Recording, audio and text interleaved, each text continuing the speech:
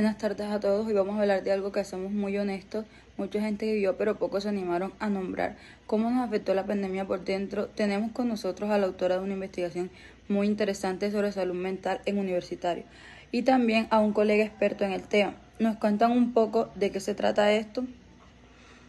Claro, con mucho gusto. Básicamente lo que hicimos fue escuchar a los estudiantes universitarios cómo estaban viviendo la pandemia emocionalmente, cómo describían su propio bienestar. Nos interesaba no solo saber si estaban mal, sino entender cómo lo estaban viviendo y qué palabras usaban para contarlo. Antes de entrar en materia, ¿cómo le explicaría usted a alguien que no es del área qué significa salud mental? Mira, en términos sencillos, la salud mental es el equilibrio que nos permite levantarnos cada día, relacionarnos con los demás y hacerle frente a lo que nos pasa. No solo es decir que estamos locos, como la gente cree, es sentirse bien por dentro, poder manejar el estrés, tener vínculos sanos, y durante la pandemia ese equilibrio se rompió para muchos jóvenes. Exacto, y a lo que hace interesante este estudio es que no se quedó en número, usaron un enfoque cualitativo, o sea, se sentaron a entender la experiencia desde adentro. Eso es clave, porque a veces las encuestas nos dicen que el 60% se sintió ansioso, pero no nos cuentan por qué ni cómo lo vivían en su día a día. Y concretamente, ¿qué estaban sintiendo esos estudiantes? Muchísima ansiedad, estrés, miedo. Había una combinación complicada. De repente te quedas en casa sin ver a tus amigos, sin la rutina de la universidad, con clases virtuales que nadie sabía, muy pocos cómo manejar, y encima la incertidumbre de no saber qué iba a pasar. Eso es mucho para cargar. Yo lo que decía muy seguido en mis relatos era que extrañaba el apoyo de los demás, esa red social que se cortó de un golpe. Sí, y no es casualidad, los estudiantes universitarios ya tienen un nivel de precisión bastante alto en condiciones normales. Cuando encima les quitan los espacios donde se desahogan, como salir con amigos, ir al campus, tomar un café entre clases, todo se acumula. El estrés sin válvula de escape eventualmente hace daño.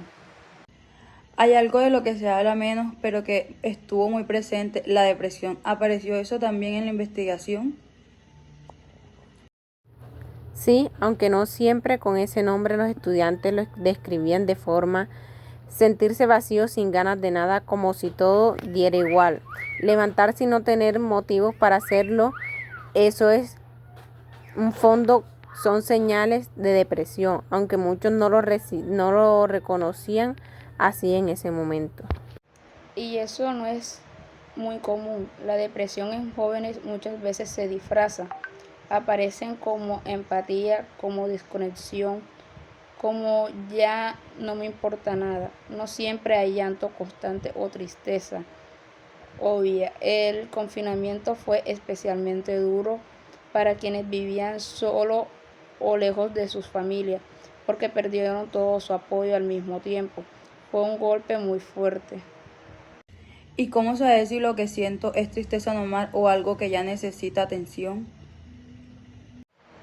Buena pregunta. La tristeza pasa, se va moviendo, la depresión se queda.